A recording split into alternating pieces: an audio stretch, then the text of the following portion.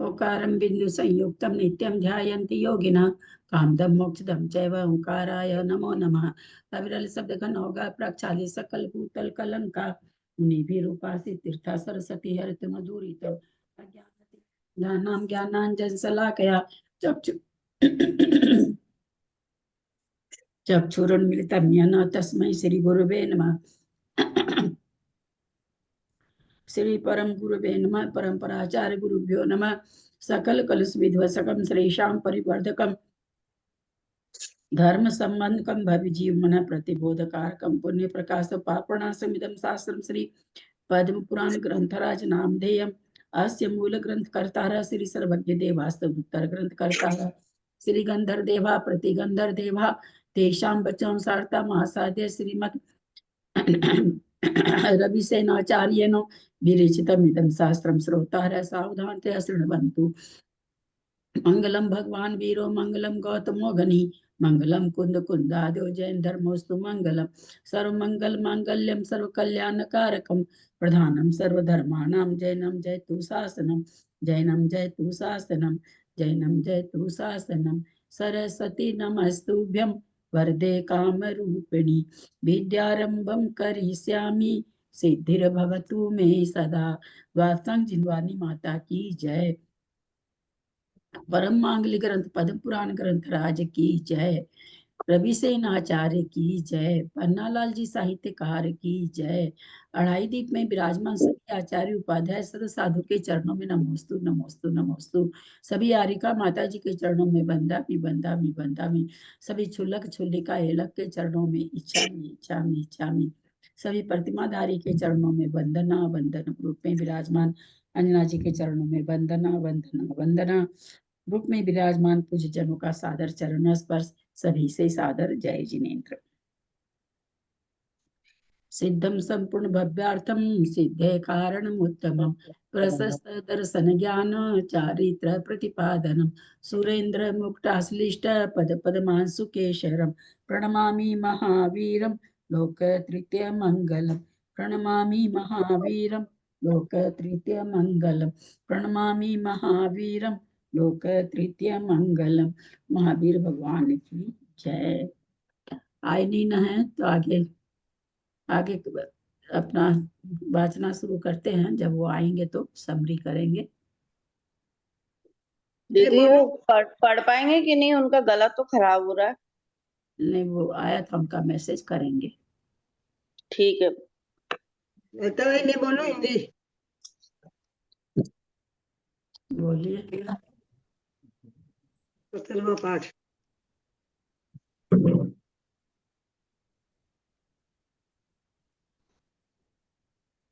अठानंतर रावण बहुरूपी विद्या साध रहा है। यह समाचार गुप्तचरों के मुख से राम की सेना में सुनाई पड़ा। कहाँ से कर रहे हैं हाँ? कहाँ से कर रहे हैं? कितना पेज? तो 17वां पाठ है ना, तो कर लिया 50 हो गया क्या?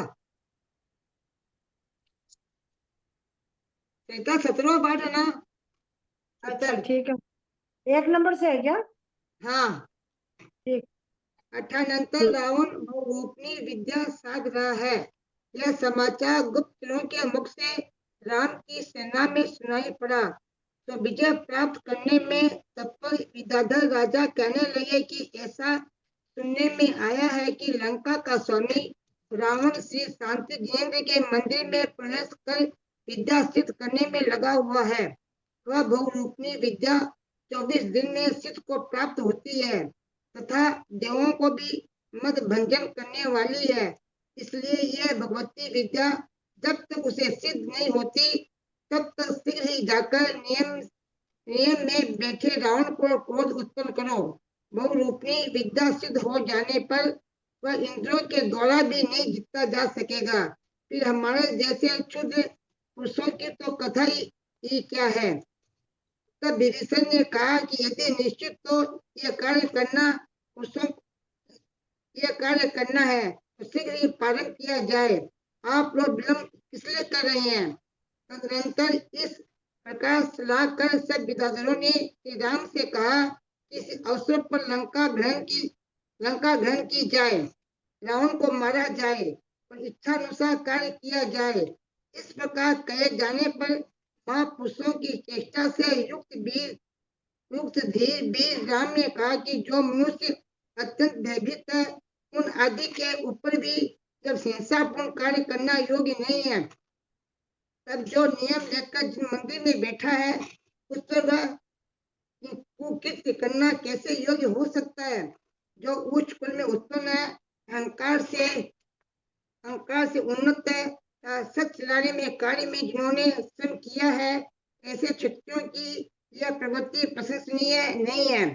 तदनंतर हमारे स्वामी राम महापुरुष है, वे अधर्म में प्रवृत्ति नहीं करेंगे, ऐसा निश्चय कर उन्होंने एकांत में अपने अपने कुमार लंका की ओर रवाना किए। तत्पश्चात कर चलेंगे। इस प्रकार निश्चय कर लेने पर भी विद्याधर 8 दिन तक सलाही करते रहे। अथानंतर पूर्णिमा का दिन आया, तब पूर्ण चंद्रमा के समान मुख के धारक, कमल के समान दीर्घ नेत्रों से युक्त एवं नाना लक्षणों की ध्वजाओं से सुशोभित विद्याधर कुमार सिंह, व्याघ्र, 12 हाथी और सर्प आदि से युक्त रथों तथा विमानों पर आरूढ़ हो निशंक होते हुए आदर के साथ लंका की ओर चले। उसमें उत्तमोत्तम शस्त्रों की धारण करने वाले रावण की कुपित करने की भावना से युक्त वानर कुमार वनवासी देवों के समान यजमान हो रहे थे। यह उन कुमारों के नाम इस प्रकार है: मकरध्वज, काटोप, वातायन, भूगर्भ, होती, मारत,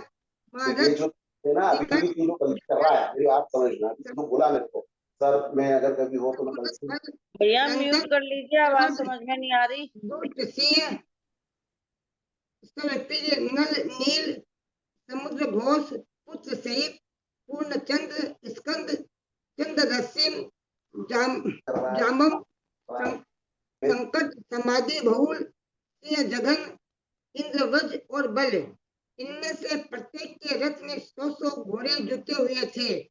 पदातियों के मध्य में स्थित परम तेजस्वी शेष कुमार मन के समान वेगशाली सिंह, बड़ा हाथी और व्याघ्र रूपी भावनों के द्वारा लंका की ओर चले, जिनके ऊपर नाना चुनों से धारण करने वाले छत्र फिर रहे थे। नाना चरों से तिहनती थे।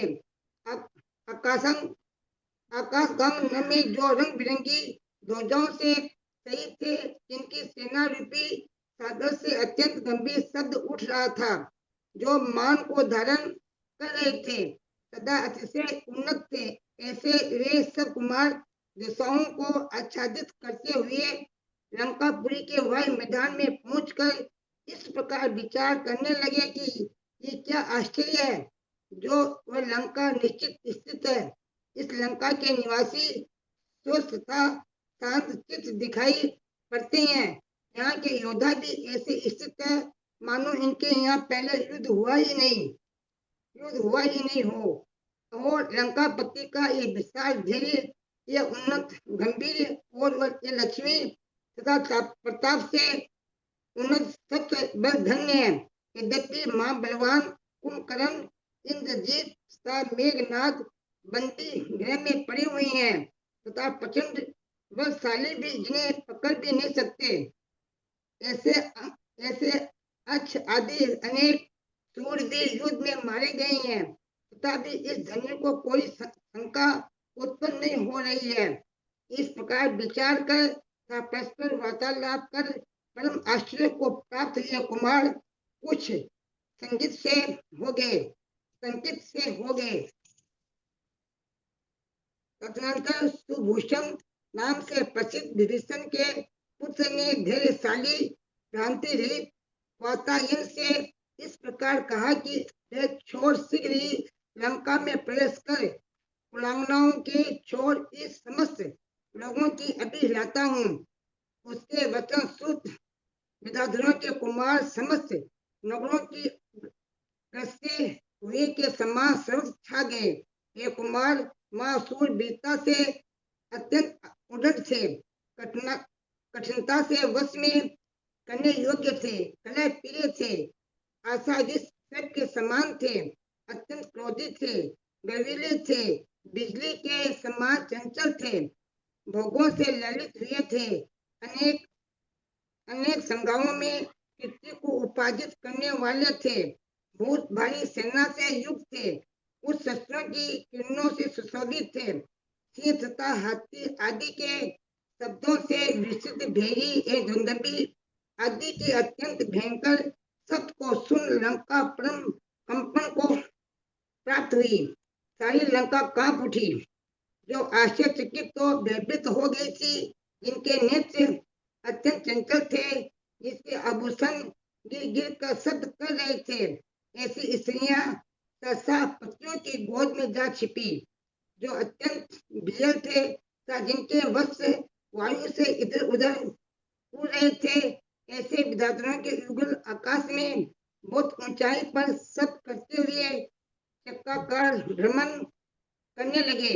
रावण का जो भवन महारत्नों की किरणों से गदित्यमान था, जिसमें मंगल में तुरई तथा मृदंगों की गंभीर शब्द हो रहा था, जिसमें रहने वाली स्त्रियां अविरल उत्तम संगीत तथा नृत्य में निपुण थी, तो दिन पूजा में तत्पर कन्या जनों से व्याप्त थी, और जिसमें उत्तम स्त्रियों के विलासों से भी काम उन्माद को प्राप्त नहीं हो रहा था, ऐसे रावण के भवन में जो अंतपुर रूपी सागर विद्यमान था, वह तुरी के कठोर शब्द को सुन क्षोभ को प्राप्त हो गया, सब और से आकुलता से भरा भूषणों से शब्द से मिश्रित ऐसा मनोबल एवं गंभीर शब्द उठा, जो मानो बिना का ही विशाल शब्द था।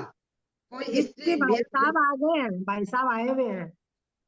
होते ही विचार करने लगी कि हाय हाय, ये क्या कष्ट आ पड़ा, शत्रुओं के द्वारा किए हुए इस क्रूरतापूर्ण कार्य में क्या आज मरना पड़ेगा। रोक दीजिए, पता वो बोल रहे हैं ना सरिता जी की आ गए हैं, जब राजेंद्र भाई साहब तो तुरंत रोक देना चाहिए ना। आ गए क्या? बोले ना सरिता जी, आपको पढ़ रहे आए थे। हुए हैं भाई साहब, आए हुए हैं। आ गए क्या भाई साहब? हाँ हाँ, प्रणाम दीदी। हाँ, ठीक है। प्रतिमाधारियों को वंदना और सभी श्रोताओं को जय जिनेन्द्र। आरंभ करूं आज का। हाँ, आज एक साथ 3 पर्व है छोटे छोटे, जिनको अपने आज जिनकी समझी करेंगे 67, 68 और 69। कल हम लोगों ने पढ़ा था कि जो दूत भेजा गया था रामचंद्र जी के पास, उस दूत का किस प्रकार से तिरस्कार करके वह दूत लौटा था। तो दूत के द्वारा सारे समाचार प्राप्त कर राक्षसों का स्वामी रावण मंत्रियों के साथ मंत्रणा करने लगा, और वह रावण चिंता करने लगा, और उसे चिंता होने लगी कि किस प्रकार राम के ऊपर विजय प्राप्त की जा सकती है। जो उसने पहले सोच रखा था रावण ने, जितना उसे हल्के रूप में लिया था कि राम को तो मैं चुटकी बजाते ही सब उसकी सेना को परास्त कर दूंगा, अब रावण को समझ में आ रहा है कि यह कार्य असंभव है, राम को जीतना बहुत ही मुश्किल है। और दूत को जो भेजा गया था उसे अनेक प्रकार के प्रलोभन दिए, प्रस्ताव दिए, आदि लंका के राज्य का प्रलोभन दिया, पुष्पक विमान का दिया, और भी बहुत सी वस्तुओं का प्रलोभन दिया। और रावण सोच भी नहीं सकता था कि अब राम इस प्रस्ताव को अस्वीकार करेंगे, लेकिन दूत की जिस प्रकार की दयनीय हालत करके उसे भेजा गया, तब रावण चिंता में पड़ गया, और वह चिंता करता है कि यदि मैं हस्ती समूह के संगठन से युक्त युद्ध में शत्रुओं को जीतता हूं, कि हाथियों से समूह से जो मेरी विस्तृत सेना है, यदि मैं शत्रु को जीत भी लेता हूं, तो कुमार जो 3 उनके पास में हैं, वे नहीं बचेंगे, उन्हें तो वह अवश्य ही मार डालेंगे। तो क्या करें क्या नहीं करें, इस प्रकार की स्थिति में रावण पड़ गया था। और वह सोचता है, उसने बहुत ही अमर्यादा की बात भी वह सोचने लगा कि शत्रु समूह जब सो जाएं, तो अज्ञात रूप से उसके ऊपर आक्रमण करके कुमारों को वापस ले आऊं, जो कि युद्ध की इस पे आवाज कर। तो आवाज नहीं आ रहा है। कृपया म्यूट कर उषा जी, लीजिए। उषा जी से बंद कीजिए प्लीज। हाँ, म्यूट कर लीजिए कृपया। नहीं है। आना चाहिए। उषा भाभी बंद कर लीजिए ना। जो कि युद्ध की आचार संहिता के विरुद्ध है। इस प्रकार कार्य की रात को सोए हुए के ऊपर आक्रमण करना वैसा निंदनीय कार्य भी रावण ने विचार किया कि क्या कदाचित वह ऐसा भी कर सकता है। तभी विचार करते करते रावण के मन में एक बहुत ही अच्छी युक्ति उत्पन्न हुई और उसका हृदय प्रसन्न हो उठा और उसने निश्चय कर लिया कि बहुरूपणी नाम की विद्या को सिद्ध करता हूं, जिससे कि उस विद्या के उत्पन्न हो जाने पर देव भी विघ्न नहीं कर सकते। ऐसी विद्या को सिद्ध करने की रावण ने ठान ली। बहुरूपणी विद्या अर्थात अनेक प्रकार के रूप बना सकता है रावण। इतने रूप बना सकता है युद्ध भूमि में कि उसे पहचानना ही मुश्किल हो कि रावण कौन है, और इस प्रकार वह राम की सेना के ऊपर विजय प्राप्त कर लेगा। उसे ये विश्वास हो गया। रावण विद्याधर था। विद्याधरों के लिए विद्या सिद्ध करना बहुत कोई कठिन कार्य नहीं था। इसके पहले भी हम लोगों ने पढ़ा है कि भीम वन में रावण, कुंभकर्ण और विभीषण तीनों भाई जाकर के उन्होंने घोर तप किया था। उसमें रावण ने अनेक विद्याएं सिद्ध की थी। अनेक विद्याओं के नाम वहां पर दिए, कम से कम 40-50 विद्या के नाम होंगे जो रावण ने वो सब सिद्ध की थी। क्योंकि वह विद्याधर है। विद्याधरों के संस्कार ऐसे ही है कि संस्कार से उन्हें यह गुण प्राप्त होता है। जिस प्रकार की कोई किसान का पुत्र है तो वह संस्कार ही उसे उसके हल जोतने के उसे ज्यादा मेहनत नहीं करनी पड़ती उसे सिखाने के लिए। व्यापारी का पुत्र है तो जोड़ घटाव बहुत आसानी से वह सीख जाता है। उसी प्रकार रावण के लिए बहुत मुश्किल काम नहीं था। उसने अपने सेवकों को बुलाकर आदेश दिया कि शांतिनाथ भगवान की जिनालय की उत्तम तोरण आदि से सजावट करो, मंदिरों में भगवान की पूजा करो। ऐसा आदेश उसने किन्नरों को दिया और मंदोदरी को उसका इंचार्ज बना दिया। मंदोदरी को सबसे ज्यादा सबकी देख रेख करने का कि कहीं भी पूजा पाठ के कार्य में किसी भी प्रकार का विघ्न नहीं हो, ऐसा आदेश रावण ने जारी कर दिया। गौतम स्वामी कहते हैं कि वह सुर और असुरों द्वारा वंदनीय भगवान मुनि सुव्रतनाथ का महाअभ्युदयकारी समय था। उस समय भगवान मुनि सुव्रतनाथ का काल चल रहा था। भगवान मुनि सुव्रतनाथ की उम्र 30,000 वर्ष की थी। ऐसा हम लोगों ने पढ़ा है अन्य पुराणों में कि 30,000 वर्ष की उनकी उम्र थी। उसी समय में यह रामायण भी घटित हुई थी। तो भरत क्षेत्र में यह पृथ्वी अरहंत भगवान की पवित्र प्रतिमाओं से अलंकृत थी। लगभग समस्त भरत क्षेत्र में जहां देखो वहीं जिन मंदिर दिखाई पड़ते थे, ऐसा वह समय था जबकि राजाओं के द्वारा और बड़े बड़े सेठ साहूकारों के द्वारा जिन मंदिर खड़े किए जाते थे, जिनके पास भी थोड़ी सामर्थ्य होती थी, वे अपनी लक्ष्मी का उपयोग मंदिर बनाने के कार्य में करते थे। देशवासी लोग सदा वैभव के साथ जिनमें अभिषेक और पूजन करते थे, भव्य जीव जिसकी सदा आराधना करते थे, ऐसे वे जिनालय स्वर्ग के विमानों के समान सुशोभित होते थे। कैसा रहा होगा वह समय, कल्पना करने से भी बड़ा आनंद होता है कि जहाँ चारों ओर मंदिर ही मंदिर दिखाई देते थे। तो गौतम स्वामी राजा श्रीनिक से कहते हैं कि हे राजन, उस समय पर्वत पर्वत पर, सुंदर गांव गांव में, वन वन में, पत्तन पत्तन में, महल महल में, सभी जगह महाशोभा से युक्त जिन मंदिर बने हुए थे, वे मंदिर क्या थे? शरद ऋतु के चंद्रमा के समान कांति से वे युक्त थे। संगीत की ध्वनि उनमें गूंजती रहती थी और नाना प्रकार की वादित्र अर्थात नाना प्रकार की बाजों के शब्द से वे मंदिर क्षोभ को प्राप्त हुए समुद्र के समान वहां शब्द उठते थे। जिस प्रकार की गर्जना करता हुए समुद्र में दूर से ही शब्द सुनाई पड़ता है, उसी प्रकार उन मंदिरों में जो कोलाहल होता था गीत संगीत आदि का, वह बहुत ही आसानी से सुनाई पड़ता था। जैसा कि हम लोग पढ़ते हैं कि उदक चंदन तंडुल पुष्प के सुधूप स्वरूप फलार के धवल मंगल गान रवा कुले जिन गृही जिन्नाथ महन्य जी, कि भगवान की जो धवल मंगल गान से आपूरित जो जिन मंदिर है, जहाँ पर गीत संगीत आदि का शब्द सुनाई पड़ता रहता है, ऐसे भगवान को ऐसे मंदिर में हम उनको अर्घ समर्पित करते हैं। तो यही यहाँ पर मंदिर है। मंदिर में घंटी की आवाज भी सुनाई पड़ती है, संगीत की आवाज भी सुनाई पड़ती है। तो ये वहां का दृश्य था।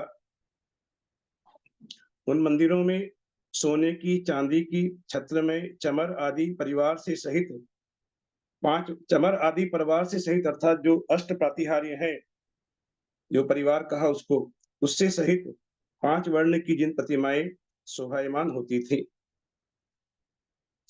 इंद्र के नगर के समान वह लंका भी भीतर और बाहर बने हुए पापापहारी जिन मंदिरों से अत्यंत मनोहर थी। ऐसे मंदिर कि जिनके दर्शन से ही पापों का नाश हो जाता है, ऐसे मंदिरों से वह लंका सुसज्जित थी। रावण का यहाँ पर आगे वर्णन करते हैं कि रावण के शरीर की सुंदरता का, कि वर्षा ऋतु के मेघ के समान जिसकी कांति थी, हाथी के सूंड के समान लंबी लंबी भुजाएं थी, पूर्ण चंद्र के समान रावण का मुख था, लाल लाल ओंठ दोपहरिया के फूल के समान थे। रावण स्वयं बहुत सुंदर था, बड़े बड़े उसके नेत्र थे, और लक्ष्मीधर लक्ष्मण के समान जिसका आकार था। अर्थात रावण का आकार कैसा था, किसके समान था, तो लक्ष्मण के समान उसका आकार था। ऐसा दशानन उस लंका नगरी में अपनी 18,000 स्त्रियों के साथ क्रीड़ा करता था। सभी प्रकार की भोग उपभोग के साधन रावण को प्राप्त थे।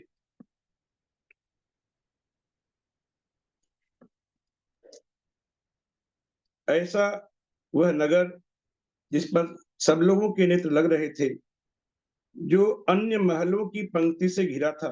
मंदिर का वर्णन कर रहे हैं आगे कि मंदिर कैसे थे, रावण का मंदिर कैसा था जिसमें रावण उपासना करता था, न जो अन्य महलों की पंक्ति से घिरा था, नाना रत्नों से बना हुआ था, चैत्यालयों से सुशोभित था।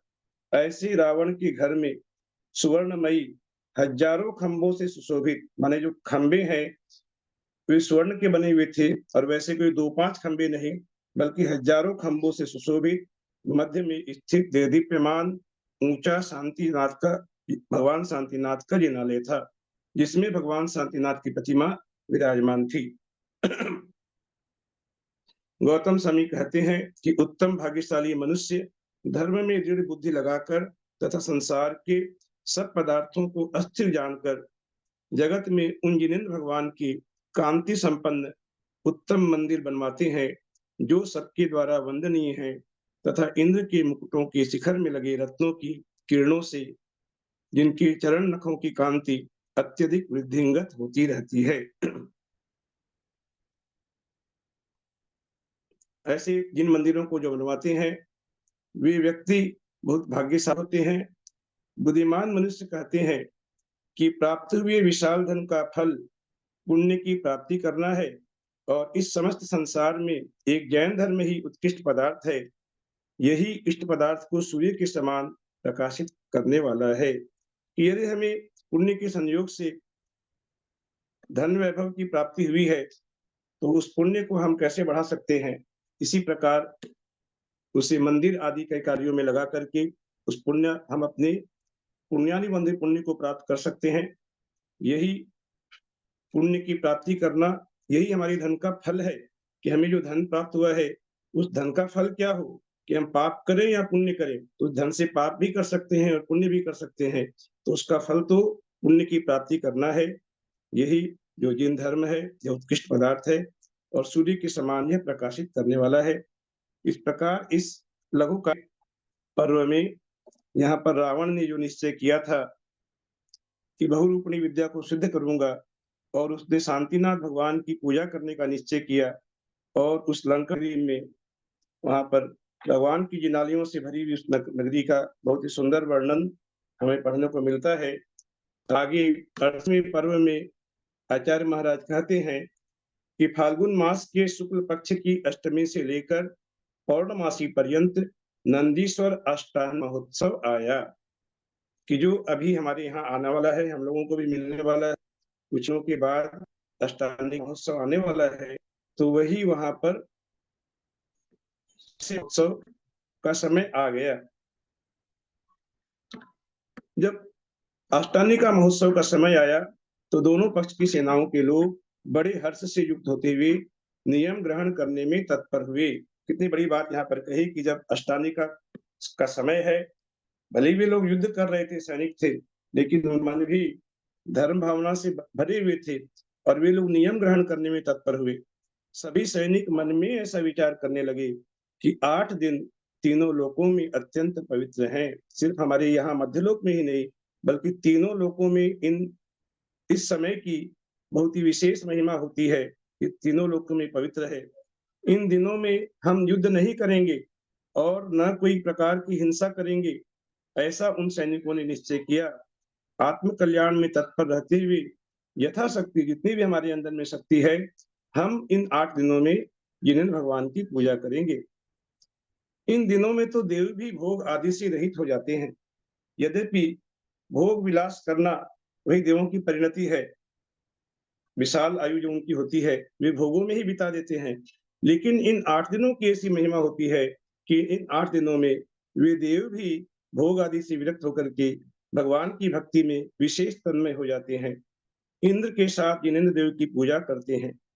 भक्त देव क्षीर समुद्र के जल से भरे हुए कमलों के सुशोभित स्वर्णमयी कलशों से जिनेंद्र भगवान का अभिषेक करते हैं।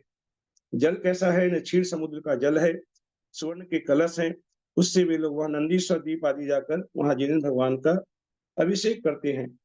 तो हमें यहाँ बहुत सुंदर उपदेश दिया गया है आगे कि अन्य लोगों को भी चाहिए, अर्थात हम लोगों को भी चाहिए कि भक्ति भाव से युक्त हो, कलश नहीं हो, भले हमारे पास उस प्रकार के स्वर्णमयी कलश नहीं हो जैसा कि देवों के पास होते हैं, फिर भी पत्तों आदि के बने दोनों से भी जिनेंद्र देव की अनुपम प्रतिमाओं का अभिषेक तो करना ही चाहिए। इंद्र नंदीश्वर द्वीप जाकर भक्ति भाव से पूजा करते हैं। तो क्या यहाँ रहने वाले क्षुद्र मनुष्यों के द्वारा, हम लोग जैसे क्षुद्र मनुष्यों के द्वारा, क्या जिनेंद्र भगवान पूजनीय नहीं है? क्या पूजा करने का सारा भार इंद्र के पास ही है? नहीं, हम लोग भी पूजा कर सकते हैं। तो वही कहते हैं आगे कि देव रत्न और स्वर्ण के कमलों से जिनेंद्र देव की पूजा करते हैं।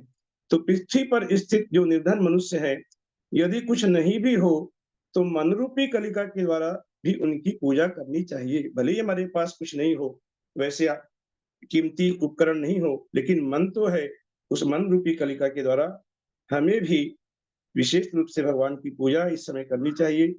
इस प्रकार ध्यान से प्राप्त हुए मनुष्यों ने बड़े उत्साह के साथ उस लंका द्वीप में जो मंदिर थे उन्हें पताका आदि से सुशोभित कर दिया। वहां पर बहुत सुंदर सजावट हुई, एक से एक बढ़कर सभाएं हुई, प्याऊ लगे, पाठशालाएं, मनोहर नाट्यशालाएं आदि, माने एक उत्सव का वहां पर वातावरण छा गया कि यह महा उत्सव जो है वह दिखाई पड़ रहा था। उत्तम से उत्तम सीढ़ियां बनाई गई, जिनालय स्वर्ण आदि की पराग से निर्मित नाना प्रकार के मंडल आदि से अलंकृत थे। अब आगे लिखते हैं कि जो घी दूध आदि से भरे हुए थे, जिनके मुख पर कमल ढके हुए थे, जिनके कंठ में मोतियों की मालाएं लटक रही थीं, जो रत्नों की किरणों से सुशोभित थे, जो नाना प्रकार के बेल बूटों से देदीप्यमान थे, तथा जो जिन प्रतिमाओं की अभिषेक के लिए इकट्ठे किए हुए ऐसे सैकड़ों हजारों कलश गृहस्थों के घरों में दिखाई देते थे, कि कोई 2 4 5 कलश नहीं, बल्कि एक एक गृहस्थ के घर में इस प्रकार के हजारों हजारों कलश दिखाई पड़ते थे। उन कलशों की क्या विशेषता बता रहे हैं? न घी दूध आदि से भरे थे, मुख पर कमल ढके हुए थे, उन कलशों के कंठ में मोतियों की मालाएं की सजावट थी, रत्नों की किरणों से भी सुशोभित थे, नाना प्रकार के बेल बूटे उनमें लगे हुए थे। ऐसे कलश, हजारों हजारों कलश अभिषेक के लिए इकट्ठे किए गए थे। यहाँ पर घी दूध की भी बात आई है कि घी दूध आदि से भरे हुए थे, अर्थात घी दूध आदि का जो अभिषेक है वह भी हमारे आगम में जगह जगह उसका भी वर्णन आता है कि ऐसे कलशों से भगवान का अभिषेक होता था। मंदिरों में सुगंधि के कारण जिन पर भ्रमरों के समूह मंडरा रहे थे, ऐसे नंदन वन में उत्पन्न हुए कर्णिकार, अतिमुक्तक, कदम्ब, सहकार, चंपक, पारिजात, मंदार, ये सब जो नाम हमें पढ़ते हैं हम लोग, मंदार, सुंदर, नमीर, पारिजात, भक्तामृत स्तोत्र में पढ़ते हैं, जो दिव्य पुष्पों के नाम, कल्प वृक्षों के नाम, कल्प वृक्ष के पुष्पों के नाम।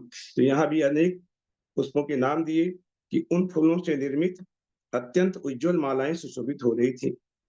स्वर्ण, चांदी और मणिरत्न आदि के निर्मित कमलों के द्वारा जिनेंद्र देवी की उत्कृष्ट पूजा की गई थी। सोने के कमल, चांदी के कमल, मणि रत्न के कमल, ऐसे ऐसे बहुमूल्य पदार्थों से भगवान की पूजा की जाती थी।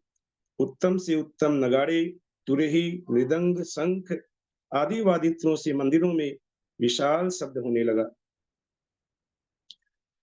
विशाल प्रताप जिस प्रकार नंदीश्वर द्वीप में जिन बिंब की अर्चा करने में उद्यत देव बड़ी विभूति प्रकट करते हैं, उसी प्रकार भक्ति में तत्पर विद्याधर राजाओं ने भी बड़ी विभूति प्रकट की।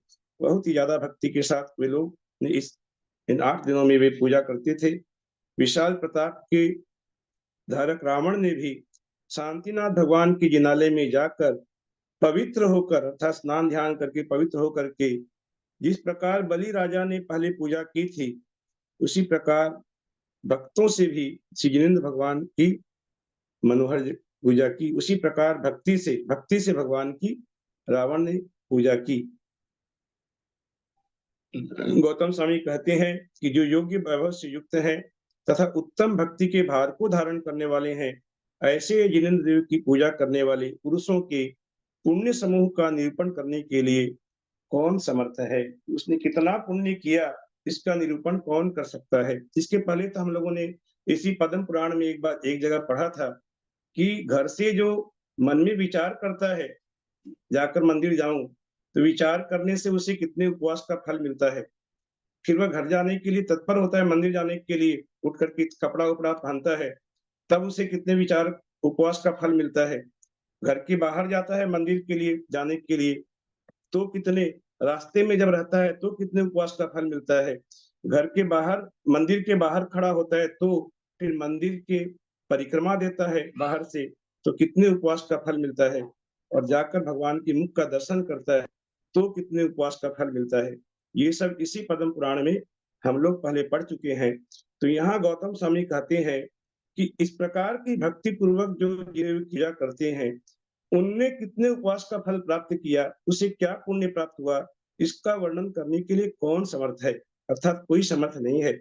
ऐसे जीव देवों की संपदा का उपभोग कर तथा चक्रवर्ती के भोगों का सुयोग पाकर और अंत में सूर्य से भी अधिक जिनेंद्र प्रणीत तपश्चरण कर श्रेष्ठ मुक्ति को प्राप्त करते हैं।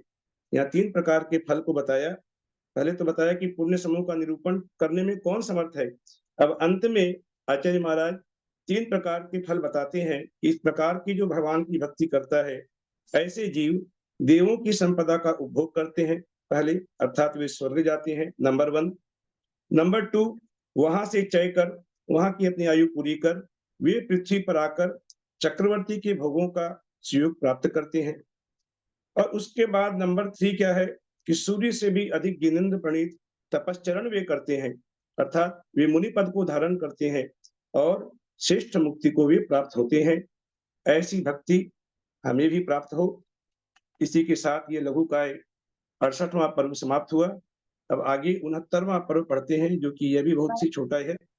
भाई साहब एक बात पूछ रही थी, जैसे 14वें लाइन में आया था कि घी दूध आदि से कलश, तो ये पंचामृत का पोषक हुआ ये सेंटेंस। फिर एक बार ये दीदी जो फिर से बोलिए जरा, क्या बोल रहे हैं, समझ में नहीं आया, क्या बोल रहे हैं। ये 14वें में आया ना, जो घी दूध आदि से भरे हुए थे, मतलब ये पंचामृत जो अपन करते हैं। और जो ये आया यहाँ पर 16वें 17वें में आया कि चंपक, सहकार, पारिजातक, मंदार आदि के फूलों से तो मालाएं बताई, और स्वर्ण, चांदी और मणि रत्न आदि से निर्मित। तो ये तो सब मतलब ये वाले फूल नहीं हुए, ये तो सब स्वर्ण चांदी के और मणि रत्नों के फूल हुए। नहीं नहीं नहीं, वो फूलों से भगवान की पूजा नहीं हुई। देखिए आपको जो 16-17 में लिखा है, वो तो खाली वो सजावट फूलों के लिए से फूल पूजा थे नहीं हुई, वो हाँ, पूजा नहीं हुई, वो तो मालाएं बताई है। माली बनाई, हाँ ठीक है हाँ। हाँ। और फिर इन फूलों से पूजा हुई है, स्वर्ण, चांदी, इन मणि फूलों रत्न। से पूजा हुई भगवान की, हाँ। सोने के, चांदी के, मणिरत्न के कमलों से, उनके कमल हाँ। बना करके उनसे भगवान की पूजा की गई। तो मैं ये जानना चाह रही थी कि इसमें उन फूलों का विवेचन नहीं आया, जैसे ये चंपक, और इनसे अपन पूजा करें। कौन से फूलों का वर्णन दिया। जो अभी अभी जो ये ना कदम्ब, सहकार, चंपक, पारिजातक, इनका तो नहीं आया नहीं वर्णन। नहीं नहीं नहीं, उनसे तो खाली मालाएं बना करके मंदिर की सजावट की गई उनसे। उन फूलों से।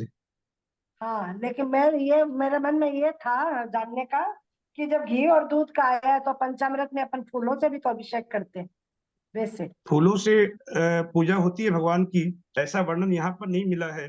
लेकिन आप अगर पढ़ेंगे कि जब वंशस्थल पर्वत के ऊपर में जब राम लक्ष्मण गए थे और वहां पर उन्होंने दोनों मुनिराजों का उपसर्ग दूर किया था, जिनके नाम थे क्या, देशभूषण कुलभूषण मुनिराज का उपसर्ग दूर किया था, तो उस समय पर्वत पर जाते समय में लक्ष्मण ने बहुत से फूल तोड़ लिए थे और ऊपर जाकर के उस फूलों से भी उन केवली भगवान की पूजा की। ये वर्णन वहां पर मिलता है, फूलों से भी पूजा का। हाँ, ठीक। पढ़िएगा, उसमें मिल जाएगा आपको। कौन से अध्याय में? हाँ, और इसी में पद्म ये पुराण कौन सा पद्म अध्याय? पुराण में ही एक हाँ, चैप्टर आपको है, जिसमें वो दूसरे भाग में दोनों क्या? मुनिराजों का उपसर्ग दूर करने का जो अधिकार में वर्णन आया आया था है। ना, कुलभूषण देशभूषण हाँ, का उसमें पुत्र है फूलों से ना, पूजा का वर्णन है वहां पर। गरुड़ विद्या विद्या वो विद्या वही हाँ, तो अभी बेचता है, दो विद्या। फूलों से पूजा का दूसरे वर्णन वहां अधिकार है। में। और जहाँ अंजना सती जब बियावान वह जंगल में भटक रही थी और वहां पर जिस गुफा में वह गई थी, उस अंजना के साथ में सिर्फ एक उसकी सखी थी, उसका नाम था वसंत माला, जहां तक मुझे याद आ रहा है वसंत हाँ, माला नाम वसंत था। माला। हाँ। हाँ, वह सखी थी और वो थी दोनों। तो उस समय में उसने अंजना ने वहां पर मुनि सूरतनाथ भगवान की प्रतिमा उस गुफा में विराजमान की। बालू की मूर्ति बनाई थी। नहीं, बनाई नहीं, उसके पास मूर्ति थी और वो बालू मूर्ति ही उसने तो रावण विराजमान का की। बनाई थी। हाँ, तो रावण विराजमान की उसने। हाँ। तो ये तो सब आगम के अंदर में जो वर्णन मिलता है, ये तो इस कहीं भी इन बातों का निषेध नहीं मिलता है।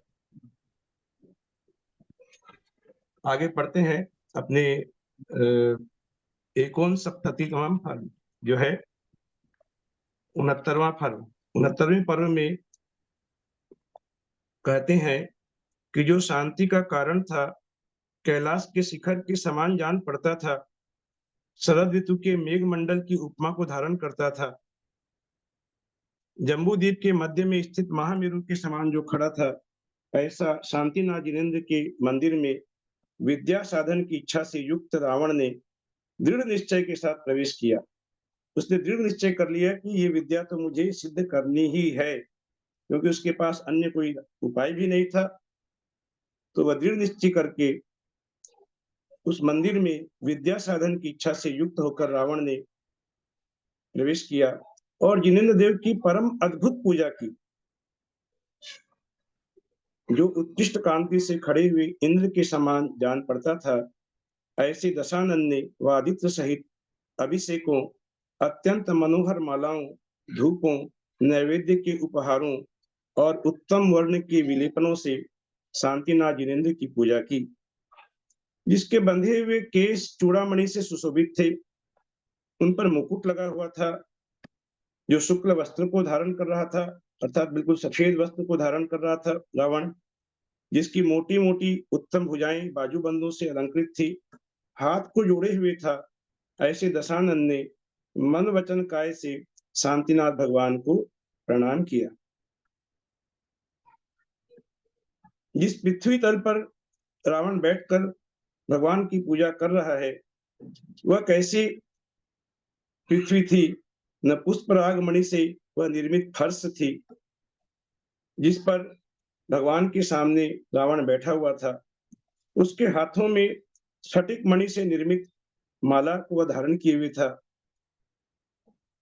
जिसने अपने नेत्र नासा के अग्रभाग पर लगा रखे थे। एक टक दृष्टि उसकी थी, कहाँ थी? भगवान की नासा के अग्रभाग पर। ऐसी दृष्टि को उसने वहां केंद्रित करके वह ध्यान मग्न था, जो अत्यंत धीर था। ऐसे रावण ने विद्या को सिद्ध करना प्रारंभ किया, जिसे स्वामी ने पहले ही आज्ञा दे रखी थी। भैया जी, यहाँ पे उसके नेत्र, अपने नेत्र नासा के अग्रभाग पे थे, भगवान के ऊपर थोड़ी। हाँ, सही बोला आपने, मैंने ही गलत कहा। हाँ, उसके नेत्र नासा के अग्रभाग पर, अपने नासा के अग्रभाग पर। हाँ, भगवान पर नहीं है, वही लिखा है। नासा के अग्रभाग पर वो एकदम एकटक होकर ध्यान कर रहा था, जिसे स्वामी ने पहले आज्ञा दे रखी थी। ऐसी मंदोदरी को पहले ही आज्ञा दे दी थी कि सब तरफ पूजा भक्ति का वातावरण रहना चाहिए 8 दिनों में। तो ऐसी मंदोदरी ने अपने यमदंड नाम के मंत्री को आदेश देकर क्या आदेश दिया कि जगह जगह घोषणा कराई जाए कि जिसमें सब और नियम में तत्पर और उत्तम दया से लोग युक्त हुए। इस प्रकार की घोषणा, राजा की आज्ञा इस प्रकार की कि किसी भी प्रकार का कहीं भी कोई तरह की अदयापूर्वक कार्य नहीं हो, सभी लोग यहाँ पर पूजा भक्ति में युक्त हो। ऐसी राजा की आज्ञा हुई, आज्ञा की घोषणा हुई उस लंका नगरी में, और अन्य सभी कार्य छोड़कर जिनेंद्र भगवान की पूजा की जाए और कोई कार्य करना ही नहीं है। 8 दिन की वहां पर मानो छुट्टी दे दी गई उस लंका नगरी में, और मत्सर भाव को दूर कर याचकों के लिए इच्छा अनुसार धन दिया जाए। मत्सर भाव को दूर कर याचक जो है मांगने वाले, उनको इच्छा अनुसार जी भरकर दान दिया जाए। मत्सर भाव का अर्थ क्या होगा दीदी? यहाँ पर मत्सर भाव को क्या कहते हैं? ईर्ष्या भाव कहेंगे क्या? क्या है? अहंकार। हाँ, मत्सर मतलब ऐसे ईर्ष्या ही होता है, मत्सर भाव। ईर्ष्या होता है। हाँ, तो ऐसे भाव को दूर कर याचकों के लिए धन दिया जाए। जब तक संसार के स्वामी दशानन का यह योग समाप्त नहीं होता है, वह अपने ध्यान पर बैठा हुआ है, तब तक लोग श्रद्धा में तत्पर रहें, संयमी होकर रहें। ऐसी भी राजाज्ञा इस प्रकार की भी होती है। यह भी एक समय था जब राजा की आज्ञा होती थी कि लोग संयमी होकर रहें। यदि किसी नीच मनुष्य की ओर से अत्यधिक तिरस्कार भी हो तो महाबलवान पुरुषों को उसे निश्चित रूप से सह लेना चाहिए। ये एकदम अंडरलाइन करने वाली यहाँ पर बात गई कि इन 8 दिनों में कोई हमारा तिरस्कार भी करे तो महाबलवान पुरुषों को निश्चित रूप से वह उस तिरस्कार को भी सहन कर लेना चाहिए, लेकिन अपनी समता भाव को नहीं छोड़ना चाहिए। इन दिनों में जो पुरुष क्रोध से विकार दिखाएगा, वह पिता भी हो, फिर शेष की तो बात ही क्या है, मेरा वध्य होगा। भले वह यदि मेरा पिता भी हो, यदि इस समय यदि क्रोधपूर्ण यदि कोई व्यवहार करता है तो वह मेरा वध्य होगा।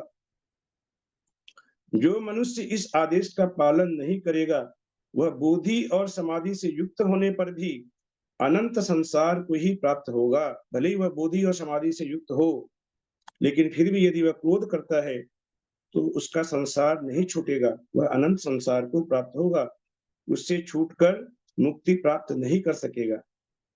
तदनंतर जैसी आपकी आज्ञा हो, इस प्रकार शीघ्रता से कहकर तथा हर्ष पूर्वक मंदोदरी की आज्ञा को धारण कर, सिर पर धारण कर यमदंड मंत्री ने वैसी ही घोषणा कराई जैसा कि आदेश मंदोदरी ने दिया था, और सब लोगों ने संशय से रहित होकर के उस घोषणा के अनुसार ही सब कार्य किए। सारी प्रजा ने उसी प्रकार के कार्य किए वहां पर जैसे उन्हें आज्ञा मिली थी।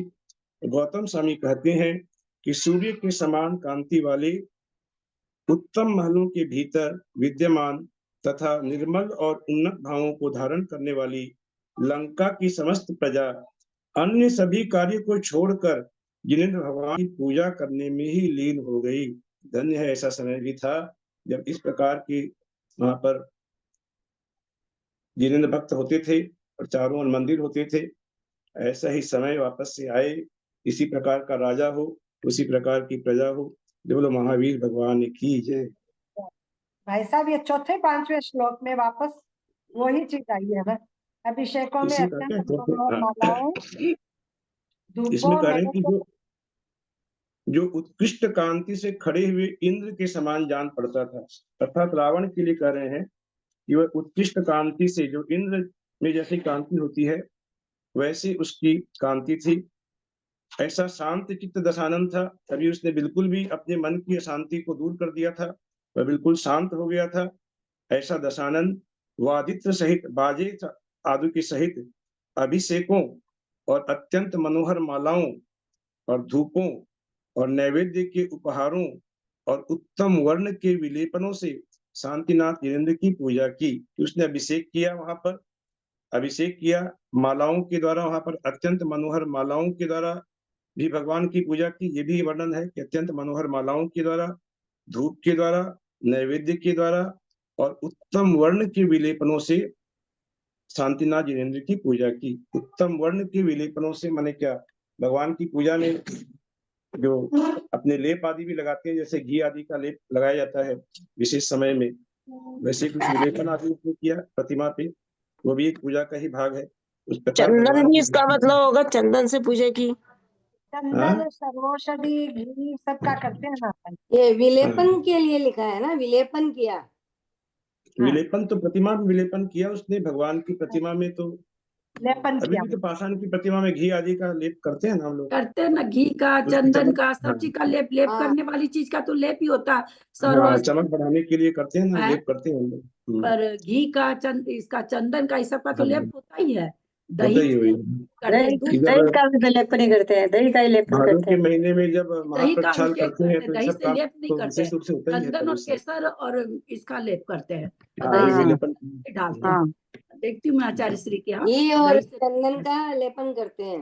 हाँ सर्वौषधि भी तो सर्वौषधि भी लगाते हैं। उससे भी कलश ही करते हैं, सरस्वती से भी रोज लेपन। से तो कलश करते हैं। हाँ, कलश अयोध्या का, वाला कलश में तो रोज ही होता है। हाँ। यहाँ भी होते हैं हमारे रोज। अब अगले पर्व में बहुत अच्छा वर्णन आने वाला है, आप तो शायद आप लोग पढ़ भी रहे हैं, उसी को पढ़ रहे थे आज। तो भगवान जिनेंद्र की पूजा में जो रावण बैठा हुआ है, तो उसको किस प्रकार व्यवधान उत्पन्न करने की कोशिश करते हैं, अंगद आदि आकर के उपद्रव करते हैं वहां पर, ताकि उसको व्यवधान हो जाए और वो विद्या सिद्ध नहीं कर सके। क्योंकि वे लोग भी सहम गए थे कि रावण जो विद्या सिद्ध करने के लिए बैठा है, विद्या सिद्ध कर लेने के बाद फिर रावण को जीतना बहुत मुश्किल हो जाएगा। तो वो किस प्रकार व्यवधान करते हैं, और मणिभद्र आदि जो देव हैं वे आकर उस व्यवधान को दूर करते हैं। ये सब वर्णन हमें आगे पढ़ने को मिलेगा कि दो देवों के नाम आते हैं, मणिभद्र और पूर्णभद्र, जो दो देव हैं, जो कि क्षेत्रपाल बाबा की जब हम लोग वहां पर जाते हैं तो वहां आरती भी में लिखा है कि करूं आरती क्षेत्रपाल की मणिभद्र, ऐसा कुछ है। तो अंगद आदि उपद्रव कीनी तभी आपने रक्षा कीनी, उस आरती में लिखा हुआ है ऐसा कि अंगद आदि जब उपद्रव करते हैं आकर के, पूजा नहीं करने देते हैं श्रावण को, तब वे देव उपस्थित होते हैं और वे रक्षा करते हैं। ये सब वर्णन आगे मिलेगा हम लोगों को। भैया जी मणिभद्र और कौन से बताए थे? आरती में बोलते हैं। याद नहीं आ रहा, मणिभद्र पूर्णभद्र नाम है, पढ़ेंगे तब मिल जाएगा आपको, जब आगे का पढ़ेंगे नहीं इसमें। आरती में बोलते हैं। हाँ, आगे का पढ़ने से मिल जाएगा उसमें सब वर्णन।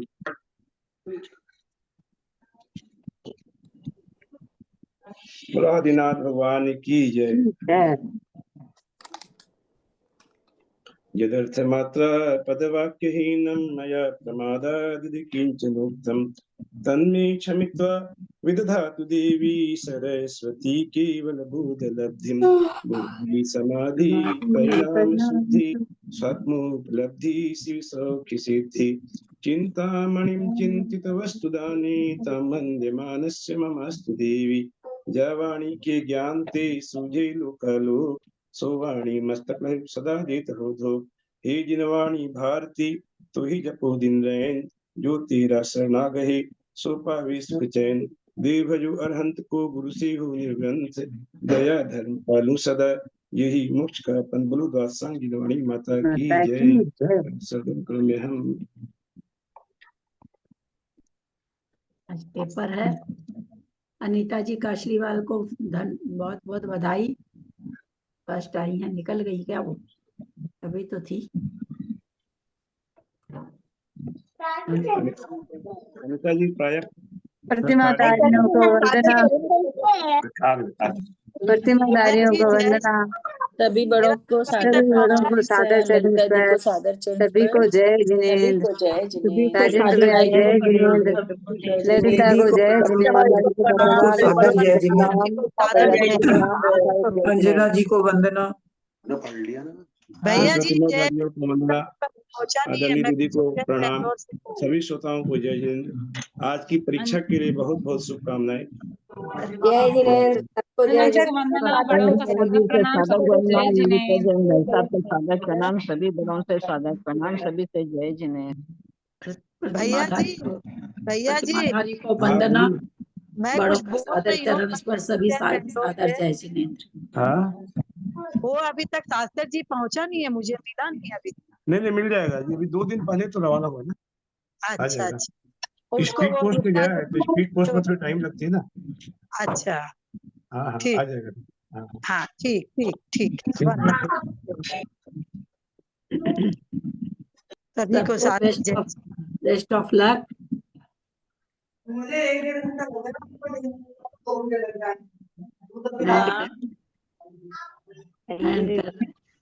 एंड कर रहे